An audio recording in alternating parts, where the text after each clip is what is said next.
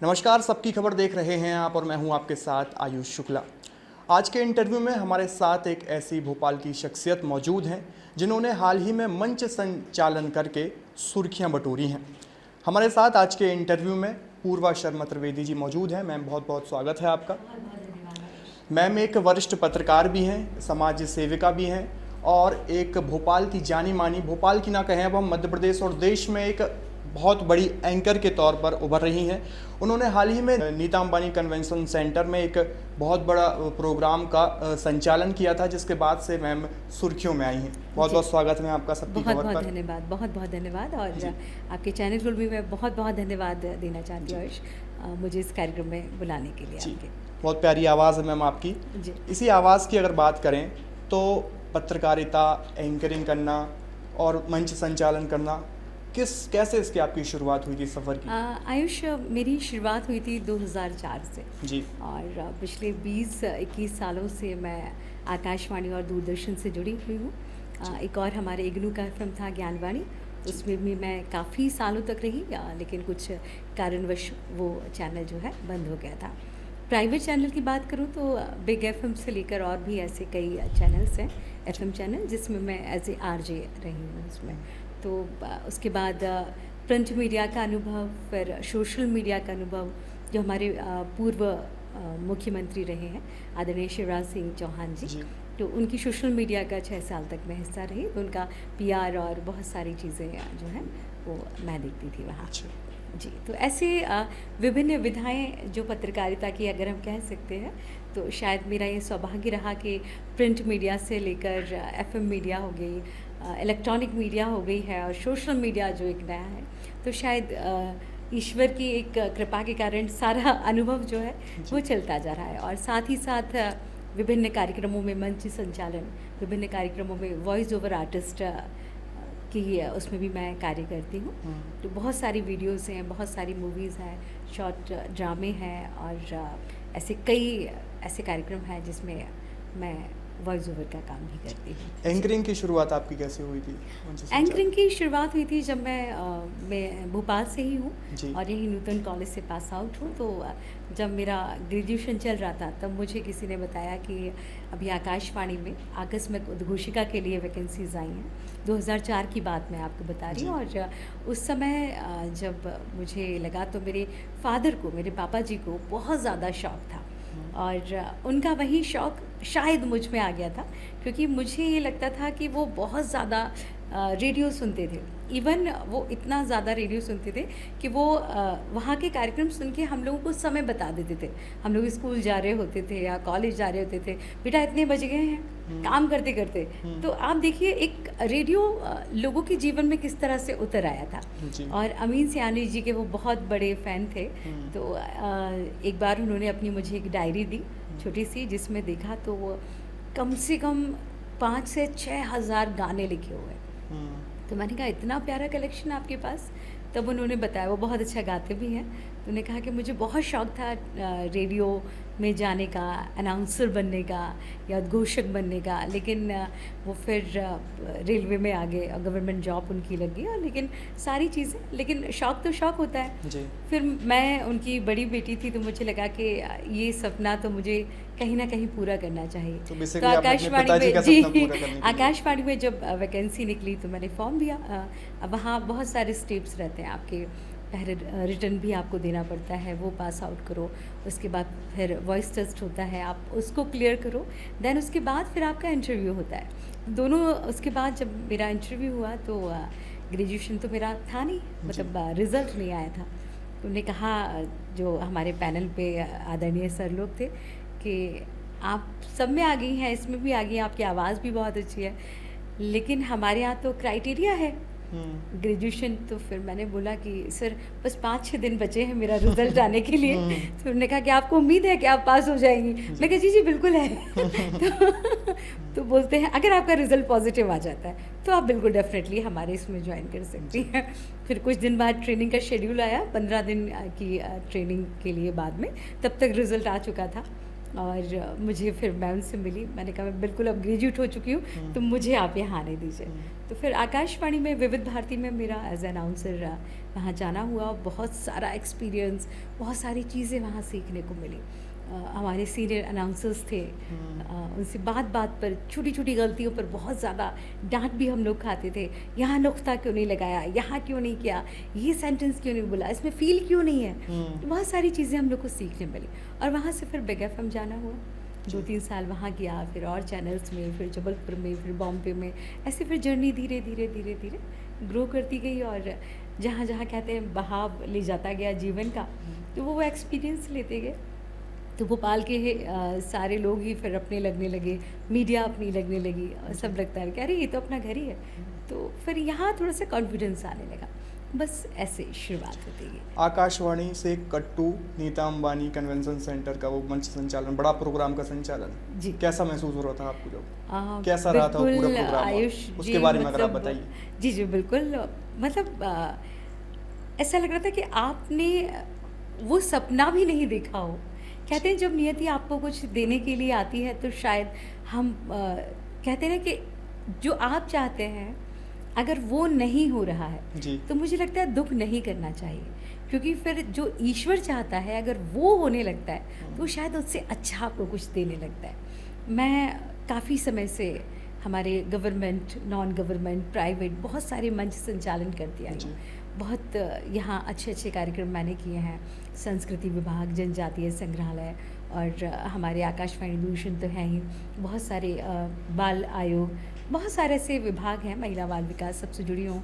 बहुत कार्यक्रम करने का मौका मिला, लेकिन जब वहाँ से मेरे लिए ऑफ़र आया तो मुझे, मैं आपको उसका भी किस्सा सुनाती हूँ। जी बिल्कुल। एक छोटा सा कि आदरणीय कुमार विश्वास जी से कभी कभी मेरी, क्योंकि मैंने आपको बताया कि मैं पहले सोशल मीडिया टीम में काम करती थी, तो मैं उनसे कहीं ना कहीं एक ब्रांडिंग के लिए, मध्य प्रदेश के लिए कुछ ना कुछ, कि आप ये ट्वीट कर दीजिए, आप ऐसा कर दीजिए, आप ये चीज़ें कर दीजिए, आप ये बोल दीजिए हमारे इस इवेंट के लिए, आपकी वीडियो बाइट भेज दीजिए। तो इस तरह से उनसे अच्छा थोड़ा सा मेरा संपर्क होने लगा। फिर भोपाल उनका आना जाना कुछ हुआ, तो सर आप यहाँ आए हैं तो मैं ज़रूर कोशिश करूँगी मिलने की। बस वो ये ज़रूर जानते थे कि ये एक एंकर है, और कभी ना कभी हो सकता है दूरदर्शन की लिंक्स वगैरह या कार्यक्रमों की डालती रहती हूँ मैं, तो मैं भी शायद उन्हें देखी हो। तो मैं कहीं एक आयोजन में थी, उनका मैसेज आया छोटा सा कि पूर्वा NAMCC सेंटर में एंकरिंग करोगी। और मैंने बिना कुछ सोचे, मैं उसमें थी, मैंने कहा कुमार सर का है, कुछ होगा ही, क्योंकि उनका 28 को एक शो हमारा सिंगरौली में था उनका। तो मुझे लगा MP में बहुत शो उनके काफ़ी लगाव है उनको, और भोपाल में भी अभी हुआ है तो आते रहते। तो मुझे लगा कि अच्छा ठीक है, तो मैंने यस कर दिया। अब 1-2 दिन तक उनकी, अच्छा आपने उस पर गौर नहीं किया? जी, मैंने बस बिल्कुल गौर नहीं किया। मैंने कहा अच्छा उनका मैसेज है, मैंने यस कर दिया। फिर बहुत सारे काम रहते हैं तो बिल्कुल ध्यान भी नहीं दिया। मुझे लगा कि अब सर ने बोला है तो आगे कुछ होगा या प्रोसेस होगी, कभी बात करेंगे, क्योंकि मेरी उनसे फ़ोन पर तो बहुत कम ही बात हो पाती है, होती ही नहीं है, क्योंकि वो बहुत ज़्यादा व्यस्त रहते हैं, आप तो समझती हैं, इंटरनेशनल पर्सनालिटी हैं, और सब मैसेज में ही अगर मेरी बात हो जाना, वो भी मैं अपना सौभाग्य समझती हूँ। तो जब उनकी टीम से 2 दिन से मुझसे संपर्क कर रहे थे व्हाट्सएप पे, तो मैं कहीं थी तो बात नहीं हो पा रही थी। मैंने जब मैसेज देखा कि आई एम फलाना फलाना फ्रॉम उनकी टीम से, तो मैंने कॉल बैक किया, तो उन्होंने कहा कि मैम सर ने हमारे एक शो के लिए आपको रिकमेंड किया है कि आप उसमें संचालन करेंगी। तो मैंने कहा जी बिल्कुल, तो आप मुझे अपनी डिटेल्स दे दीजिए, तो हम आपका आने जाने का अरेंजमेंट जैसा है, हम टिकट्स वगैरह फ़्लाइट के बुक कर देते हैं। तो मैं बड़े ऐसे असमंजस में, और मैंने कहा कि फ़्लाइट्स के मैंने कहा कि फ़्लाइट के, मैंने कहा देखिए बहुत पास है हमारे अभी यहाँ से भोपाल से, और मैं बाई रोड आ जाऊँगी, तो मेरे ख्याल से वहाँ फ़्लाइट जाती भी नहीं है। तो बोले मैम बॉम्बे से कनेक्टिविटी में भोपाल की काफ़ी फ़्लाइट्स हैं। मैंने कहा बॉम्बे? तो मैंने कहा आपका मतलब सर का शो तो नीमच में है। तो नीमच आपको नीमच? मैंने एकदम, लेकिन नहीं शायद वो कुछ और लिखा था। तो मैंने कहा सॉरी, कहाँ है उनका शो? मैं तो उन्हें बोला मैम अब तक का हमारा सबसे ग्रैंड शो है जो बॉम्बे के नीता मुकेश अंबानी कल्चरल सेंटर में है। फिर मैंने उनको, मैं एक मिनट थोड़ा सा शांत रही, मैंने कहा अच्छा अच्छा, मैं आपको थोड़ी देर से डिटेल्स दूँ क्या? क्योंकि मुझे नॉर्मल होने में थोड़ा सा टाइम लग रहा था। और उसके बाद मुझे आयुष समझ में नहीं आया। ओ माय गॉड, मैंने बिल्कुल यस बोल दिया और बिना कुछ सोचे, और सारे उसमें कैसे कैसे सब हुआ ये। और फिर उसके बाद मैंने उनको डिटेल्स भेजी। लेकिन आप भी कहिए कि कुमार जी की एक बहुत अच्छी आदत है, वो न्यू कमर्स को आप कवियों में भी देखिए। बिल्कुल। वहाँ एक भोपाल के कवि थे, एकाग्र शर्मा जी, सान्या जी थी जो बिहार से आई हुई थी, वो भी ग्रो कर रही थी। हालांकि शंभू शेखर जी तो एक बहुत ही चिरपरिचित नाम है और लोग बड़ा पसंद करते हैं उनको, वो भी वहाँ थे। लेकिन आप देखिए उनका एक ट्रस्ट करना, विश्वास करना। जिस कार्यक्रम के टिकट्स आप देखिए 40,000 रुपये एक पर पर्सन टिकट होगा उसका। सारी सेलिब्रिटीज़ आपको वहाँ, जब आपको पता है, जो देखने के लिए आ रही हैं। और उसके बाद में मध्य प्रदेश के भोपाल से आप एक ऐसी एंकर को आप चुन रहे हैं जिसके संचालन में आपका कोई कार्यक्रम हुआ भी नहीं हो, या आपने ये भी नहीं सोचा कि अगर इतना बड़ा शो, अगर वो घबरा गई या ख़राब हो गया या कुछ हो गया तो कैसा होगा। मैंने उनकी टीम से 1-2 दिन संपर्क किया तो बड़े प्रोफेशनल लोग थे, बहुत बढ़िया। तो डिजिटल खिड़की इसको पूरा मैनेज करती है, बहुत ही अच्छी पीआर एजेंसी है उनकी, लोग भी बहुत अच्छे हैं। तो उन्होंने बहुत थोड़ा सा मुझे ब्रीफ किया कि मैम ऐसा है, बाकी आपको सर ही ऐसे बता देंगे। अब बहुत असमंजस में क्या लूँ क्या कैसा नहीं, क्योंकि कवि सम्मेलन का संचालन जैसा होता है, सर का कैसा होगा, म्यूज़िकल शो है, ग्रैंड शो है, म्यूज़िक में कविता, बहुत अलग अलग चीज़ें बिल्कुल माइंड में आ रही थी, क्या होगा कैसे होगा। फिर सोचा कि अब ठीक है, रात भर नींद नहीं आई बिल्कुल कि अरे सुबह फ़्लाइट है। मैंने क्या किया कि जितने भी कुमार जी की हिस्ट्री थी और कवियों का, जैसे उसका पोस्टर रिलीज़ हुआ, मैंने कहा इनके बारे में तो पढ़ ही लेते हैं। रात भर मैं वो करती रही कि जैसे एक दिन पहले ही पता चला मुझे ये कवि है, ये सारी चीज़ें क्या ले लूँ क्या नहीं करूँ। कुमार जी के बारे में पढ़ना तो आप जान सकते हैं, और इतना तो मंच मुझे 5 घंटे तो देगा नहीं बोलने के लिए कि मैं सिर्फ उनके लिए बोलती रहूँ। तो मैंने कहा क्या लेना है इसमें से, कैसा क्या करना है। फिर सोचा कि अब आप ईश्वर का नाम लो और पहले वहाँ पहुँचो, और बॉम्बे जाना हुआ। और जैसे ही कुमार सर के सामने मेरा आना हुआ, उन्होंने कहा पूर्वा सारा सब तैयार है। उन्होंने जो छोटी मोटी स्क्रिप्ट मैंने लिखी थी तो उन्होंने बहुत बॉम्बे के हिसाब से प्रोफेशनल अंदाज में एकदम, नहीं ये नहीं ऐसा कुछ नहीं, यहाँ कुछ नहीं। अब मुझे ये भी नहीं पता था आयुषी, मैंने कहा सर हमारे यहाँ दीप प्रज्वलन भी होता है और हमारे यहाँ वेलकम भी किया जाता है, स्वागत भी किया जाता है, तो लैम्प लाइटिंग वगैरह कुछ होगी। तो फिर नहीं पूर्वा, ये बहुत ही प्रोफेशनल शो है, मिनट टू मिनट बिल्कुल शुरू होगा, और कहीं कुछ ऐसा नहीं होता स्पॉन्सर्ड ये चीज़ें, कहीं कुछ नहीं, किसी का स्वागत नहीं, मतलब जिस तरह से प्रोफेशनल शोज़ होते हैं बिल्कुल। तो मैंने वो चीज़ उनसे, मतलब वहाँ एक नया एक्सपीरियंस था, क्योंकि हम मध्य प्रदेश में कार्यक्रम करते हैं, बाहर भी करते हैं, लेकिन हमको लगता है हर शो का एक थीम रहती है। और अगर आप हमारे मध्य प्रदेश के सरकारी कार्यक्रमों की बात करें, संचालन की बात करें, तो फिर कन्या पूजन भी होगा, उसके बाद दीप प्रज्वलन भी होगा, फिर वेलकम भी बहुत अच्छे से होगा, वेलकम स्पीच भी होगी, और बहुत सारी चीज़ें जो हम कहते हैं कि किस तरह से जो विधि विधान के साथ जो प्रारंभ होता है वैसा। और बस उसके बाद एक कॉन्फिडेंस के साथ मेरा वहाँ जाना हुआ, और उनका विश्वास ज़्यादा था, तो उस पर शायद मेरा डर जो है वो कम पड़ गया। डर तो बहुत लग रहा था मुझे, इतना बड़ा मंच, इतने सारे लोग, और सब मुझे सुनेंगे, और वो भी प्योर हिंदी में सारी चीज़ें। तो मैंने कहा कैसे सब होगा, लेकिन जब मुझे लगा कि जब उनका बिलीव है तो शायद वो ना मेरे लिए बहुत महत्वपूर्ण था। मुझे लगा कि नहीं, शो तो अच्छा होना चाहिए। कैसा रहा था फिर शो? बहुत बढ़िया रहा था। कितने घंटे का पूरा शो था? देखिए कम से कम 3-3.5 घंटे का शो था।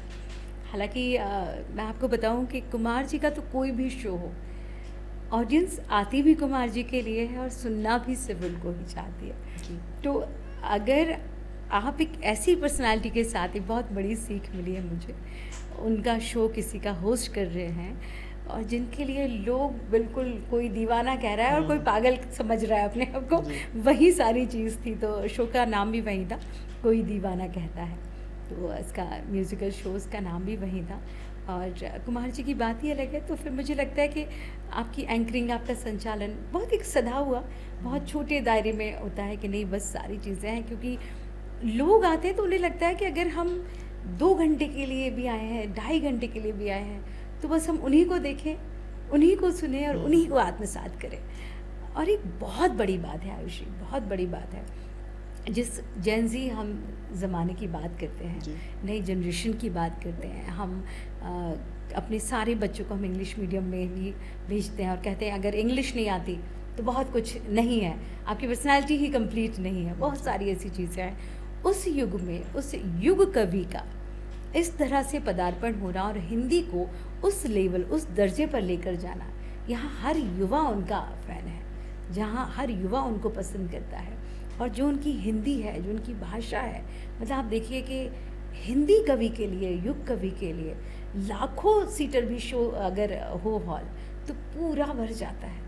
टिकट्स आप कितनी भी रख दीजिए, मुझे नहीं लगता कि, शायद मुझे लग रहा था 40,000 बहुत होता है, लेकिन जब वहाँ ऑडियंस को देखा, नहीं है उनके लिए तो कुछ भी नहीं, मतलब उनका प्रेम देखिए आप लोगों का, तो एक बहुत बड़ी बात है। और 1.5-2 घंटे मंच पे पिन ड्रॉप साइलेंस होना, अगर वो कहते हैं हंसिए तो ही ऑडियंस हंसती है, वो कहती है कुछ बोलिए तो बोलती है, अदरवाइज बिल्कुल मंत्र मुग्ध होकर उनको सुनती रहती है। तो मेरे ख्याल से वो बहुत बड़ी बात है जी। ये तो कार्यक्रम से रिलेटेड बात हो गई। जी। आपने नर्वस होने की बात करी, आपके साथ ऐसा कोई वाक़या हुआ कि कभी बहुत बड़ा मंच संचालन है, या फिर शुरुआती दौर में तो होता ही होगा कि नर्वस होना? जी जी जी इससे बिल्कुल। कैसे? देखिए क्या होता है ना कि एक अच्छा अगर आप उद्घोषक या एंकर बनते हैं आगे, तो कॉन्फिडेंस अलग चीज़ हो जाती है आयुषी, और ओवर कॉन्फिडेंस अलग चीज़ हो जाती है जी। तो मंच पर माइक से, कैमरे से थोड़ा सा नर्वस होना या उसका डर होना, झिझक होना, ये आपको, मुझे लगता है कि अवेयर करता है। वो आपको लगता है ओ माइक हमें सुन रहा है, तो हम सा को शाह ना बोल जाएं, शाह को सा ना कर दें, हमारे नुक्ते गलत ना हो जाए, कैमरा हमको दिख रहा है तो हमारी नज़रें इधर उधर ना चली जाएं।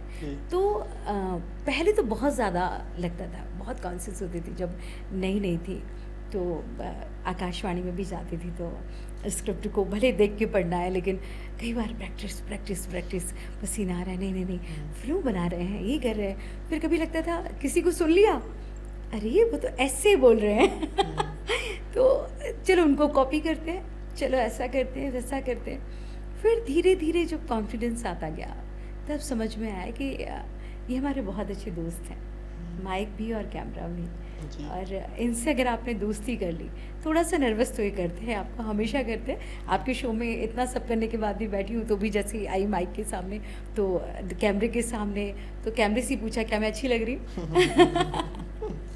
तो ये क्योंकि सच्चाई हमारी बयां कर देते हैं, तो थोड़ा नर्वस होना तो बनता है, लेकिन अभी कॉन्फिडेंस थोड़ा सा बढ़ गया है, लेकिन अभी बहुत कुछ बाकी है। पत्रकारिता की अगर बात करें, आपका एक पत्रकारिता में लंबा सफ़र रहा है, रेडियो में आपने काम किया है, प्रिंट मीडिया में काम किया है, डिजिटल पे काम किया है, तो जो आज वर्तमान समय की जो बदलती पत्रकारिता है, इसको कैसे आप देखती हैं कि सोशल मीडिया, डिजिटल पे ज़्यादा पत्रकारिता हो रही है, प्रिंट और इलेक्ट्रॉनिक मीडियम कहीं ना कहीं पीछे जा रहा है? देखिए क्या है ना, हमें समय के साथ बदलना चाहिए, बदलाव हर जगह होता है, और कहते हैं जब पुरानी पीढ़ी जाती है तब नई पीढ़ी कुछ नया लेकर आती है। आज हम बहुत सारी ऐसी चीज़ें, आज भी आप मोबाइल में देखिए, हमें नहीं पता कि अच्छा इस फंक्शन से होता है, उस काम आता है जी। लेकिन आप किसी यंगस्टर्स को या नए किसी बच्चे को बताइए तो वो 1 मिनट में आपकी प्रॉब्लम सॉल्व कर देता है, 1 मिनट भी नहीं लगता है।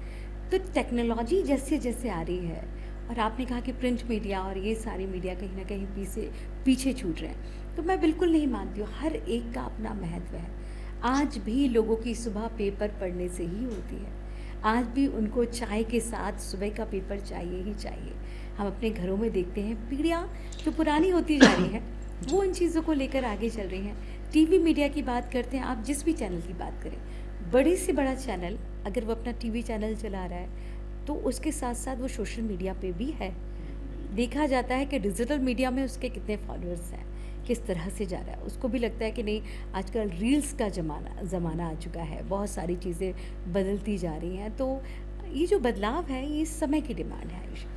आज अगर चैट जीपीटी की हम बात करते हैं, पहले हमें लगता था, मैं आपको विविध भारती की बात बताती हूँ, हमारे यहाँ एक शो हुआ करता था पंखुड़िया, और भी वो चलता है। फिर जो लोग सुनेंगे तो आकाशवाणी वाले ज़रूर याद आ जाएगा उनको।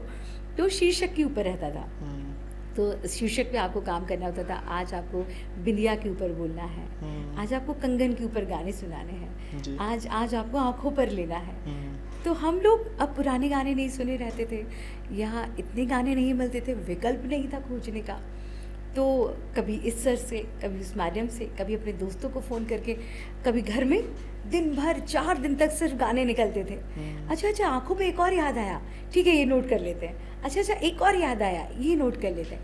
आप देखिए, वहीं जिस आकाशवाणी में हमको एक ड्यूटी के लिए 3 दिन जाना पड़ता था, आज सीरीज़ निकालने, आज एलपीज़ निकालने, अब उसका राइट डाउन करने, अब गाने चयन करने, फिर जो गाने आपने चुने हैं उनको सेट करने।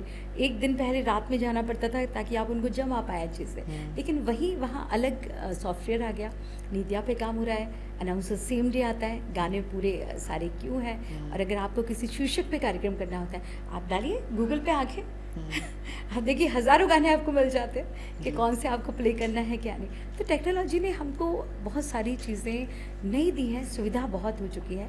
डिपेंड करता है हमारे ऊपर कि हर एक चीज़ का नकारात्मक और सकारात्मक पहलू होता है। हाँ, लेकिन मैं ये ज़रूर हमारी आने वाली पीढ़ी जो अभी जो काम कर रही हैं, या जो बच्चे मीडिया में आना चाह रहे हैं, कि अपनी चीज़ें टेक्नोलॉजी का यूज़ करें। लेकिन कहते हैं ना कि अपने आप पे वर्क करना बहुत ज़रूरी होता है। हमें पहले अपने परिवार के, घर के लोगों के बहुत सारे, आप देखिए, मोबाइल्स नंबर हमेशा याद रहते थे, बाहर जाते थे घर के लैंडलाइन नंबर्स याद रहते थे।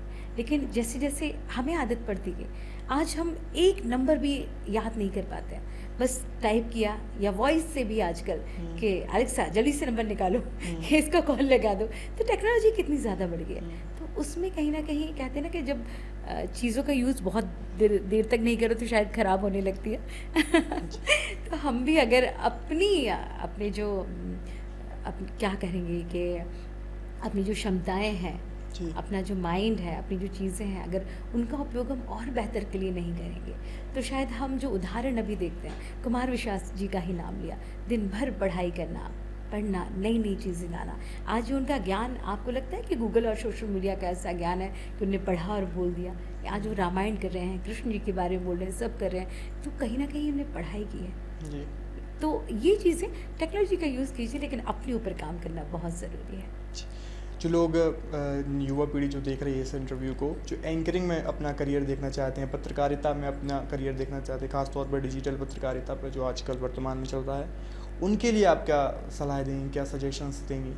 देखिए, कई वॉइस पे कैसे काम किया जाए, वॉइस को उच्चारण पे कैसे काम किया जाए, तमाम जो रेडियो में जो बारीकियाँ देखी जाती हैं आवाज़ की, कैसे काम करें जी? देखिए, सबसे पहले तो अगर आप मीडिया फील्ड में या वॉइस की फील्ड में या संचालन की फील्ड में आना चाहते हैं, तो आपके जो रोल मॉडल्स हैं, या जिनको आप सुनते हैं, या आप आकाशवाणी सुनते हैं, या आप दूरदर्शन देखते हैं, आप चैनल्स देखते हैं, या बड़े बड़े एंकर्स को जब आप देखते हैं, तो उनको सबसे पहले समझना शुरू कीजिए। आप उनको देखिए कि वो कैसे बोल रहे हैं, उनके शब्दों में कितनी शुद्धता है, किस तरह से उनके हाव भाव हैं, कितने सधे हुए तरीके से वो बात कर रहे हैं। न्यूज़ का अपना अलग पैटर्न होता है, एफएम का अलग होता है, संचालन का अपना अलग पैटर्न होता है, और हर एक कार्यक्रम की अपनी एक गरिमा होती है। आप सोचिए, अगर आप किसी श्रद्धांजलि सभा में आप संचालन कर रहे हैं, तो आपको उसी गरिमा के अनुरूप, उसी जिस वातावरण के अनुरूप आपके शब्दों का चयन होना चाहिए। आप ये नहीं कि आप देख रहे हैं कि एक जहाँ लोग किसी को मिस कर रहे हैं, याद कर रहे हैं, उनकी यादों को संस्मरण कर रहे हैं, और उसमें हम अगर कुछ इस तरह से संचालन करेंगे जो अभद्रता लगे, या ये लगे कि अरे ये तो हे गाइस आज आप यहाँ हैं तो आप ही बताइए, तो बहुत सारी चीज़ों पे काम करना ज़रूरी होता है। और अगर हमारी नई जनरेशन या जो लोग संचालन और एंकरिंग की फील्ड में आना चाहते हैं, तो मैं उनसे यही कहूँगी कि इस फील्ड को, इस चीज़ को समझिए। और सीखने की उम्र कभी ख़त्म नहीं होती है। हर बार हर तरफ एक नया चैलेंज होता है। जब आप संचालन करते हैं तो प्रोग्राम में कब क्या बदलाव आ जाता है, क्या हमको संभालना पड़ता है। सबसे पहले अपने आप में आत्मविश्वास को बिल्डअप कीजिए। आप आईने में देख के प्रैक्टिस कर सकते हैं। अभी तो बहुत सारी चीज़ें आयुषी, अपने आप को रिकॉर्ड कीजिए, अपने वीडियोस बनाइए, अपनी वॉइस को रिकॉर्ड कीजिए। और फिर कहीं आपको ये लगता है कि हमारे आसपास कुछ ऐसे व्यक्तित्व हैं जो हमको गाइड कर सकते हैं। आजकल तो इंस्टीट्यूट भी काफ़ी हो चुके हैं जो सिखा रहे हैं। इवन आप देखिए तो बहुत सारे ऐप ऐसे आ गए हैं जो आपको आपकी बारीकियाँ और चीज़ें, आप सोशल मीडिया की बात करते हैं तो बहुत सारी चीज़ें ऐसी कि नहीं ऐसे बोलो, कैसे सीख सकते हैं। तो अगर सबसे पहले तो यही कहूँगी कि इस चीज़ के लिए लगन होना बहुत ज़रूरी है। और मैं ये नहीं कहती कि आवाज़ मायने रखती है इस चीज़ में, क्योंकि अगर आप प्रैक्टिस करते हैं, आपके भाव अच्छे हैं, आपके बोल अच्छे हैं और आपकी भावनाएं अच्छी हैं, तो मेरे ख्याल से आपके शब्द और आपकी जैसी भी भाषा हो वो दिल में ज़रूर उतर जाती है। तो एक अपने आप पे वर्क करना और फिर जिस फील्ड को आप चुन के आगे बढ़ रहे हैं तो ध्यान देना आवश्यक है। आपको मतलब कौन सी फील्ड ज़्यादा पसंद है? जैसे आप पत्रकारिता भी करती हैं, एंकरिंग भी करती हैं, एक आप बिजनेस वूमेन भी हैं और समाज सेविका भी हैं, तो आपको किस फील्ड में काम करने में ज़्यादा आनंद आता है? आयुषी, जब आप सारी चीज़ें करने लगते हैं ना तो एक कहते हैं कि आप मल्टीटास्किंग हो जाते हैं। बिल्कुल। तो अगर आप जिस कार्य में हैं तो मेरे ख्याल से आपको उस समय उस कार्य को पूरी तन्मयता से करना चाहिए। अगर मैं समाज सेवा के रूप में अगर किसी के बीच में हूँ, या मैं बुज़ुर्गों के बीच में हूँ, या मैं उन बच्चों के बीच में हूँ जो नहीं समझते कि क्या संचालन है, क्या चीज़ें हैं, जिनको सिर्फ हमारे प्यार और स्नेह की ज़रूरत है, तो शायद आपको अपना पूरा वातावरण, अपना पूरा ऑरा भूल जाना चाहिए कि आप बिजनेस भी करती हैं, कि आप ये भी हैं, कि आप वो भी हैं। मुझे लगता है उनके साथ उन जैसा बन के रहना चाहिए।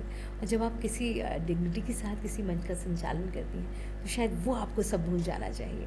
तो अब मेरे साथ ये हो चुका है कि ये सारी चीज़ें मैनेज करने की एक आदत सी पड़ गई है कि ईश्वर अगर आपको कोई अवसर दे रहा है कि नहीं सेवा का, या आगे बढ़ने का, या संचालन का, या फिर बिजनेस के लिए, तो मुझे लगता है कि अगर आपको आपके परिवार आपका साथ देता है, सपोर्ट करता है, आपके परिजन आपके साथ में है, तो मुझे लगता है कोई भी चीज़ नामुमकिन हो सकती है।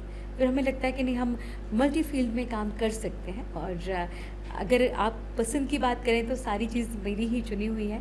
तो मुझे लगता है कि जब मैं समाज सेवा में जाती हूँ और मिलती हूँ तो मुझे लगता है नहीं, इससे ज़्यादा सुख कहीं और नहीं है।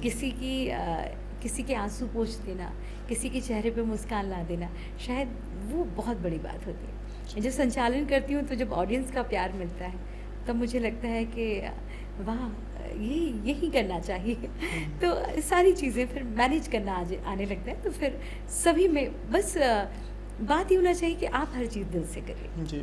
मुझे नहीं लगता कि एक व्यक्ति बहुत सारे कार्य नहीं कर सकता, या बस आप अगर ज़मीन से जुड़े हों और आपको लगता है कि इसमें इंटरेस्ट है तो हर चीज़ के लिए अपना समय मैनेजमेंट आप कर सकते हैं, क्योंकि 24 घंटे तो सभी के पास ही। जी, बहुत बहुत शुक्रिया मैम बात करने के लिए। बहुत बहुत धन्यवाद। तो ये थी पूर्वा शर्मा त्रिवेदी जी, जिन्होंने पत्रकारिता से लेकर अपने एंकरिंग से जुड़े और कई किस्से हमारे साथ साझा किए हैं। आपको ये पूरा इंटरव्यू कैसा लगा है कमेंट बॉक्स में अपनी प्रतिक्रिया ज़रूर दीजिए और देखते रहिए सबकी खबर। शुक्रिया।